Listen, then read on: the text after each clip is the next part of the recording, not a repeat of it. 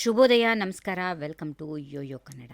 ರಾಜ್ಯ ರಾಜಕಾರಣದಲ್ಲಿ Siddaramaiah versus DK Shivakumar ಇವರಿಬ್ಬರ ಅಧಿಕಾರ ಹಂಚಿಕೆಯ ಗದ್ದಲ ತಾರಕಕ್ಕೇರಿರುವ ಸಮಯದಲ್ಲಿ ಸಿಎಂ ಬಣದ ಶಾಸಕರು ಆಸ್ಟ್ರೇಲಿಯಾ, ನ್ಯೂಜಿಲೆಂಡ್ ಪ್ರವಾಸಕ್ಕೆ ತೆರಳುತ್ತಾ ಇರೋದು ಭಾರೀ ವಿವಾದಕ್ಕೆ ಕಾರಣವಾಗಿದೆ. ಮಂಗಳವಾರ ರಾತ್ರಿ ಕೆಂಪೇಗೌಡ ಅಂತಾರಾಷ್ಟ್ರೀಯ ವಿಮಾನ ನಿಲ್ದಾಣದಿಂದ ಈ ಪ್ರವಾಸ ನಡೆಯಲಿದ್ದು, ಇದು ಕೇವಲ ಅಧ್ಯಯನ ಪ್ರವಾಸವೇ ಅಥವಾ ರಾಜಕೀಯ ರಣತಂತ್ರವೇ ಎನ್ನುವ ಪ್ರಶ್ನೆಗಳು ಎಲ್ಲಾ ಕಡೆ ಕೇಳಿಬರ್ತಾ ಇವೆ. ಆರಂಭದಲ್ಲಿ ಇದು ಪಶುಸಂಗೋಪನೆ ಇಲಾಖೆಯ ಅಧಿಕೃತ ಸ್ಟಡಿ ಟೂರ್ ಎಂದು ಹೇಳಲಾಗಿತ್ತು. ಆಸ್ಟ್ರೇಲಿಯಾ ಮತ್ತು ನ್ಯೂಜಿಲೆಂಡ್ನಲ್ಲಿ ಹಾಲು ಉತ್ಪಾದನೆ, ಪಶುಸಂಗೋಪನೆ ಮತ್ತು ರೇಷ್ಮೆ ಅಭ್ಯಾಸಗಳನ್ನ ನೋಡುವುದು ಇದರ ಉದ್ದೇಶ ಎಂದು ತಿಳಿಸಲಾಗಿತ್ತು. ಸಚಿವ ಕೆ ವೆಂಕಟೇಶ್ ನೇತೃತ್ವ ವಹಿಸುತ್ತಾ ಇದ್ರು ಎನ್ನುವ ಮಾಹಿತಿ ಕೂಡ ಇತ್ತು. ಆದರೆ ವಿವಾದ ತೀವ್ರಗೊಂಡ ನಂತರ ಸರ್ಕಾರಿ ಹಣ ಬಳಕೆ ಆಗುತ್ತಿಲ್ಲ ಎಂದು ಸ್ಪಷ್ಟನೆ ಬಂದಿದೆ.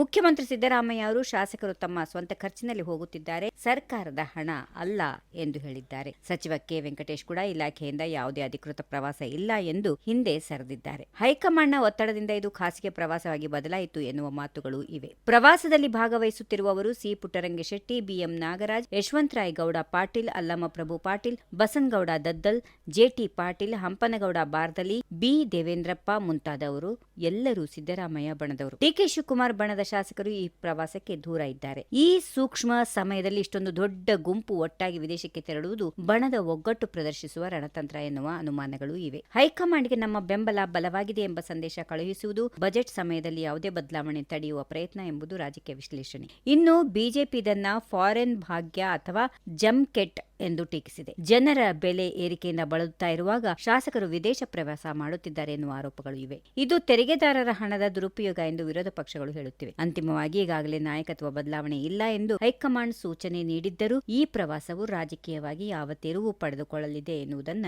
ಕಾದು ನೋಡಬೇಕಿದೆ. If you like this video, ಬೇಗ ಲೈಕ್ ಮಾಡಿ, ಕಾಮೆಂಟ್ ಮಾಡಿ, ಶೇರ್ ಮಾಡಿ ಹಾಗೂ ಯೋಯೋ ಟಿವಿ ಕನ್ನಡವನ್ನು ಸಬ್ಸ್ಕ್ರೈಬ್ ಮಾಡಿ.